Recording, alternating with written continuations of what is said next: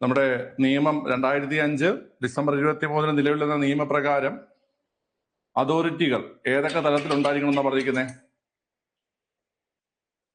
അതോറിറ്റികൾ ഏതൊക്കെ തലത്തിലുണ്ടായിരിക്കണം എന്നാ പറഞ്ഞിരിക്കുന്നത്?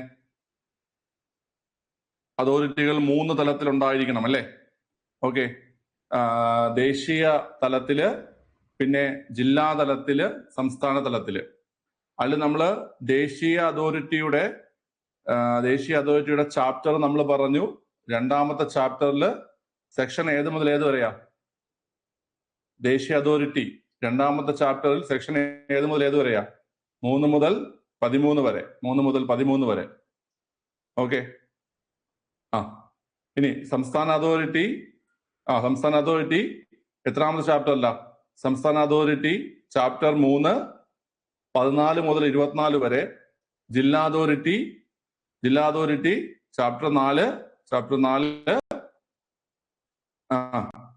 സെക്ഷൻ 25 മുതൽ 34 വരെ. ഓക്കെ, പഠിക്കണം, ഇമ്പോർട്ടന്റ് ആണ്. 3 മുതൽ 13 വരെ അല്ലേ? 3 മുതൽ 13 വരെയാണ്.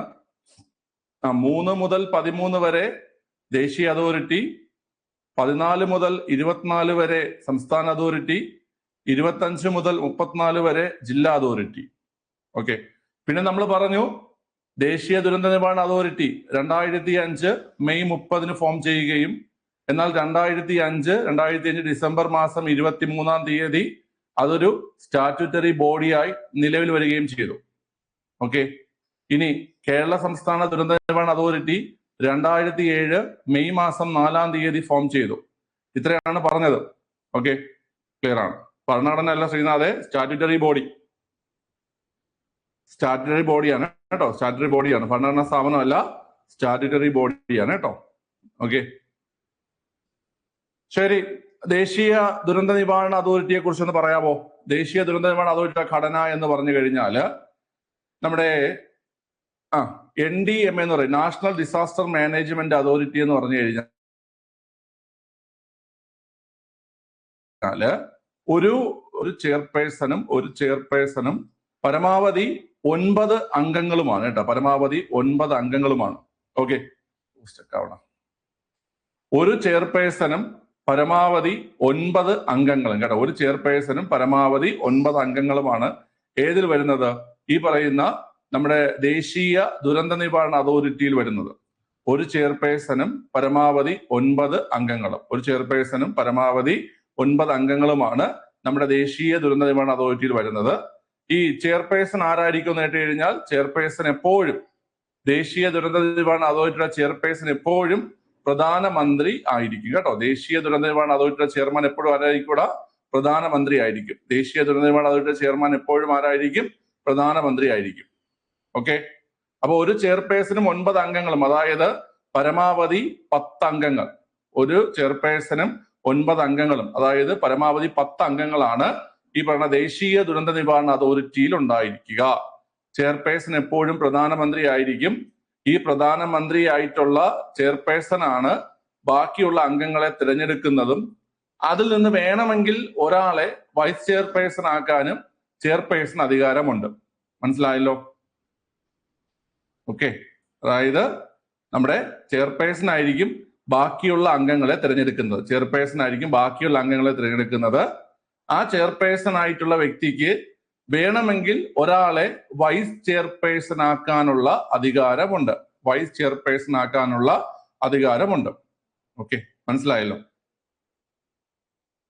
മനസ്സിലായി. ഇനി അടുത്ത് നമ്മുടെ സ്റ്റേറ്റ് ഡിസാസ്റ്റർ മാനേജ്മെന്റ് അതോറിറ്റി. നമ്മൾ 2 ദിവസം മുമ്പ് അങ്ങോട്ട് അത് പറഞ്ഞെന്ന് തോന്നുന്നു.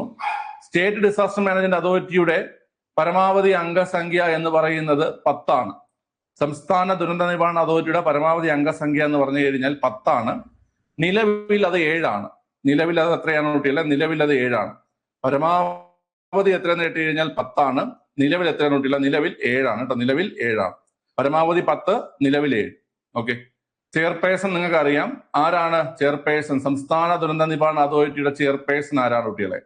സംസ്ഥാന ദുരന്ത നിവാരണ അതോറിറ്റിയുടെ ചെയർപേഴ്സൺ ആരെന്ന് കേട്ട് കഴിഞ്ഞാൽ അത് മുഖ്യമന്ത്രി ആയിരിക്കും. ഇനി വൈസ് ചെയർപേഴ്സൺ ആരായിരിക്കും? വൈസ് ചെയർപേഴ്സൺ ആരായിരിക്കും? പറയാവോ? വൈസ് ചെയർപേഴ്സൺ ആരായിരിക്കും? റവന്യൂ മന്ത്രി ആയിരിക്കും. വൈസ് ചെയർപേഴ്സൺ ആരെന്ന് കേട്ട് കഴിഞ്ഞാൽ റവന്യൂ മന്ത്രി ആയിരിക്കും. വൈസ് ചെയർപേഴ്സൺ ആരെന്ന് കേട്ട് കഴിഞ്ഞാൽ റവന്യൂ മന്ത്രി ആയിരിക്കും. സിഇഒ അതായത് ചീഫ് എക്സിക്യൂട്ടീവ് ഓഫീസർ, സിഇഒ, സംസ്ഥാന ദുരന്ത നിവാരണ അതോറിറ്റിയുടെ സിഇഒ ആരായിരിക്കും? അത് ചീഫ് സെക്രട്ടറി ആയിരിക്കും. സംസ്ഥാന ദുരന്ത നിവാരണ അതോറിറ്റിയുടെ സിഇഒ ആണെന്ന് കേട്ട് കഴിഞ്ഞാൽ അത് ചീഫ് സെക്രട്ടറി ആയിരിക്കും. കൺവീനർ, ഞാൻ 2 ദിവസം മുമ്പ് പഠിപ്പിച്ചതാണ്. സംസ്ഥാന ദുരന്ത നിവാരണ അതോറിറ്റിയുടെ കൺവീനർ ആരായിരിക്കും?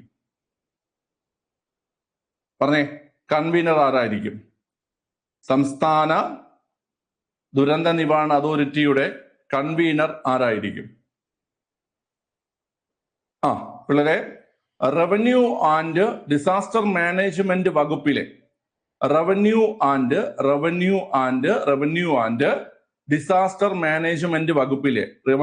ഡിസാസ്റ്റർ മാനേജ്മെന്റ് വകുപ്പിലെ അഡീഷണൽ ചീഫ് സെക്രട്ടറി ആരാ കുട്ടികളെ?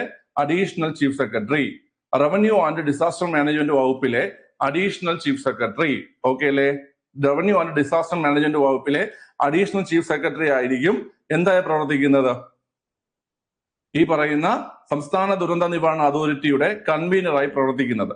അപ്പൊ സംസ്ഥാന ദുരന്ത നിവാരണ അതോറിറ്റി പഠിക്കുമ്പോൾ നിങ്ങൾ ഈ 4 പദവികൾ മസ്റ്റ് ആയിട്ട് പഠിച്ചിരിക്കണം.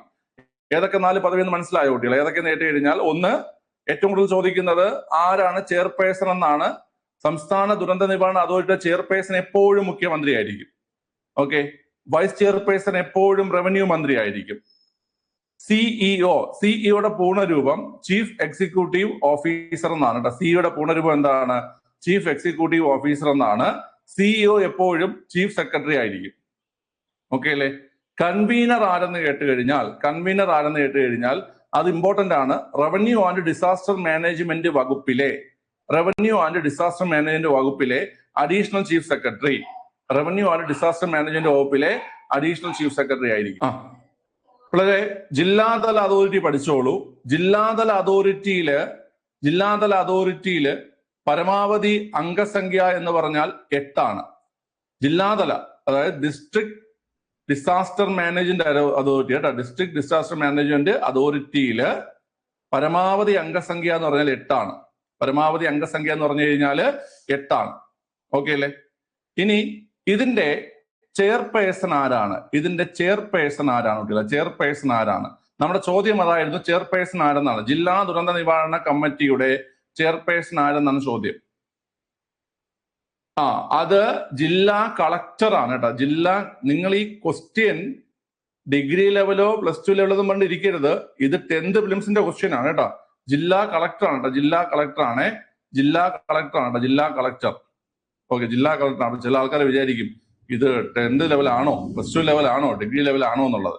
നിങ്ങളിത് പഠിക്കണം. നിങ്ങളുടെ സിലബസ് 10th പ്രിലിംസിലെ സിലബസിൽ ഇത് പറയുന്നില്ലെങ്കിലും 10th മെയിൻസിലോട്ട് നിങ്ങൾ പോകുന്ന സമയത്ത് നിങ്ങളുടെ സിലബസ് ഈ സാധനം ഉണ്ട്. ഓക്കെ, അതല്ല നിങ്ങൾ 10th പ്രിലിംസ് ഒക്കെ സിലബസ് മാത്രമേ പഠിക്കുള്ളൂ പറഞ്ഞിരുന്ന പണി കിട്ടും. 10th പ്രിലിംസിന്റെ ക്വസ്റ്റ്യൻ എടുത്ത് നോക്കിയാൽ മതി. ചോദ്യം ഈ നമ്മുടെ മുഗൾ സാമ്രാജ്യത്തിൽ നിന്നും അതുപോലെ തന്നെ നമ്മുടെ ഈ പറയുന്ന മധ്യകാല ഇന്ത്യയിൽ നിന്നും, ഓക്കെ, കാളിദാസന്റെ കൃതി, അശ്വഘോഷന്റെ കൃതി, ഇതൊക്കെ 10th പ്രിലിംസിന് കയറി വരും. അതായത് ഒരു ഡിഗ്രി പ്രിലിംസിന് പോകുന്ന അതേ ലെവലിൽ തന്നെ എന്ത് ചെയ്യും, 10th പ്രിലിംസിലുള്ള ചോദ്യങ്ങളും കയറി വരാറുണ്ട്. മനസ്സിലായല്ലോ? സോറി.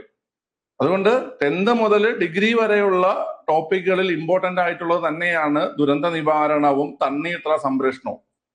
10th മുതൽ ഡിഗ്രി വരെ ഉള്ളതിൽ നിങ്ങൾക്ക് ആ 2 സിലബസും ഉണ്ട്. ദുരന്ത നിവാരണവും ഉണ്ട്, തണ്ണീർത്തട സംരക്ഷണവും ഉണ്ട്. ഓക്കെ, രാവിലെ കുളിച്ചിട്ട് വെയിലുണ്ട്, ഭയങ്കര തലവേദന വളരെ. ചെയർപേഴ്സൺ ആരെന്ന് കേട്ട് കഴിഞ്ഞാല് അതാരാ? ചെയർപേഴ്സൺ ജില്ലാ കളക്ടർ ആണ് കേട്ടോ. ചെയർപേഴ്സൺ ആരാണ് കുട്ടികളെ? ജില്ലാ കളക്ടർ ആണ്. ഇവിടെ നിങ്ങൾ ശ്രദ്ധിക്കാനുള്ള 1-2 കാര്യങ്ങളുണ്ട്. ഈ ജില്ലാ കളക്ടർ എന്ന വ്യക്തിക്ക് അദ്ദേഹത്തിന് മറ്റു ചില പദവികളുണ്ട്. അതൊരു പരീക്ഷയ്ക്ക് ചോദിച്ചിട്ടുമുണ്ട്. ജില്ലാ കളക്ടർ തന്നെയാണ് ജില്ലാ മജിസ്ട്രേറ്റ്. എന്താ കുട്ടികളെ? ജില്ലാ കളക്ടർക്ക് ജില്ലാ മജിസ്ട്രേറ്റ് എന്നൊരു പദവിയുണ്ട്. മനസ്സിലായ? ജില്ലാ കളക്ടർക്ക് ജില്ലാ മജിസ്ട്രേറ്റ് എന്നൊരു പദവിയുണ്ട്. അതുകൊണ്ടാണ് നമ്മുടെ നവീൻ ബാബു മരിച്ചപ്പോൾ അദ്ദേഹത്തിന്റെ പദവി ADM എന്നാണ് അല്ലെ? ADM, അഡീഷണൽ ഡിസ്ട്രിക്ട് മജിസ്ട്രേറ്റ് അല്ലെ? ADM എന്നതായിരുന്നു അദ്ദേഹത്തിന്റെ ആ ഒരു പദവിയുടെ പേര് അല്ലെ? Additional district magistrate. അദ്ദേഹം അഡീഷണൽ ഡിസ്ട്രിക്ട് മജിസ്ട്രേറ്റ് ആണെങ്കിൽ ഡിസ്ട്രിക്ട് മജിസ്ട്രേറ്റ് ആരെന്ന് കേട്ട് കഴിഞ്ഞാൽ അത് ജില്ലാ കളക്ടറാണ് കേട്ടോ. ഓക്കെ, ക്ലിയർ ആണ്. അതുപോലെ തന്നെ താലൂക്കിന്റെ ഭരണാധികാരി ആരാ കുട്ടികളെ? താലൂക്കിന്റെ ഭരണാധികാരി ആരാണ്?